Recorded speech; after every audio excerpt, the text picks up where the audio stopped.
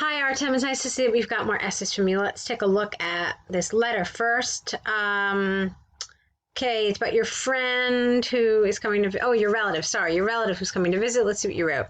Dear Ben, I hope this letter finds you well. I look forward to seeing you on Wednesday, but unfortunately, I'm going to be at home very late, so you will have to enter my flat without me. I usually put my keys under the reddish doormat, so you will find them there. In addition, I don't have possibility to meet you from the airport, so you should travel from there by your own. You can take a bus, numbers 78A or 113C, okay, and get off at the stadium stop, or you can take a taxi, which is not very expensive as my home, only 15 minutes from the airport. All right, let's fix some of the grammar here.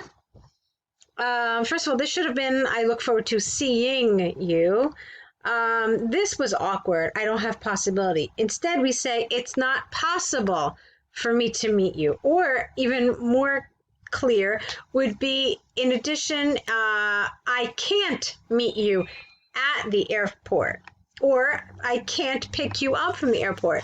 So you should travel from there on your own. And the rest of it was fine. My home is only 15 minutes from the airport. I haven't seen you for ages, so I hope we will drink a couple of beers, S, and you will tell me all the news about you, your family, and my hometown. We can do it in a bar by the corner, or around the corner is what you meant here. We can do it in a bar around the corner. They have good beer and many free tables, especially on weekdays. Okay, fine. Could you confirm that you understand how to get to my flat? I await your prompt response. Yours sincerely, Andrew Smith. Okay, so it was fine. Here, I wasn't super happy with this last paragraph because it just sounds a little formal. It's your relative, so you wouldn't really talk like this in English to your relative. You could just say instead, let me know you understand how to get into my flat, full stop. I am looking forward to seeing you and hearing from you. Okay, that would have been better. And then the yours sincerely too is a little formal for a relative.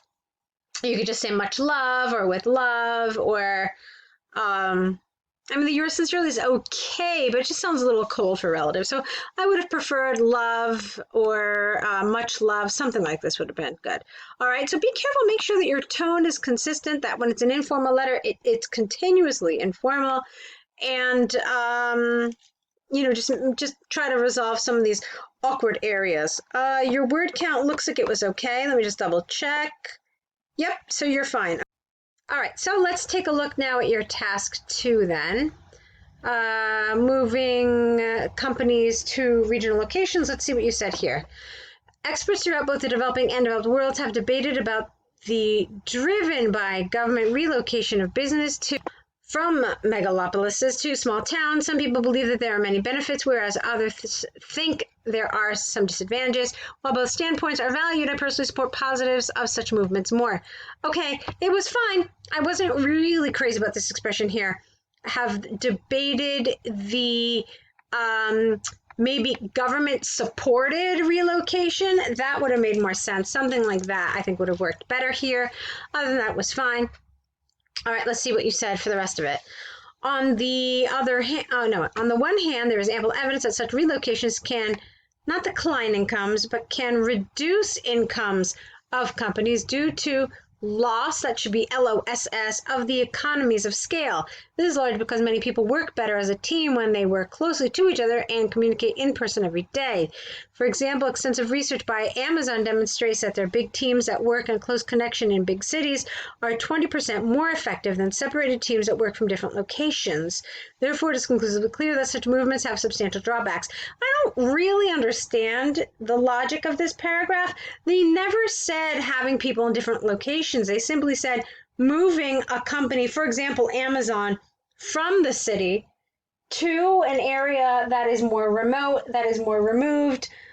So I can't really, in other words, I kind of feel like the way you argued it shows maybe a lack of understanding of what they were asking you to talk about. And you want to be careful about that. So they never suggested moving the company into different parts and separating the people in the cities, but rather taking that one company and just making everyone company-wide go to a different location. So there seems to be some misunderstanding here of the topic.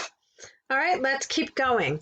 On the other hand, it is conclusively clear that the relocations can significantly boost local economies as they may create new local jobs. This is due to the fact that most new companies are created in big cities, and they will ignore regional locations if government does not push them. Okay, for instance, an empirical study by the Russian government shows that the moving of call centers from Moscow to regions created 100,000 new jobs. There increased average salaries in some of them up to 20%. Thus, it can be stated, you need a D here, beyond doubt that the business relocations can give a lot to local economies and people. All right, that's good. From the arguments and examples given, it is conclusively clear the positives of I would have liked something a little more detailed here. The positives of moving to regional locations highly outweigh the negatives. Okay, so I think that would have been a better choice. Now, let's talk about the topic a little bit here. It says, what are the benefits and drawbacks? What did you tell us the drawbacks here? You said that people work as a team, and so what happens is they don't work as well. That's what I understood the drawback to be here. Here you said that the benefit is that the local economies improve, right? So correct me if I'm wrong, but in each of these paragraphs, I see one benefit and then I see one disadvantage.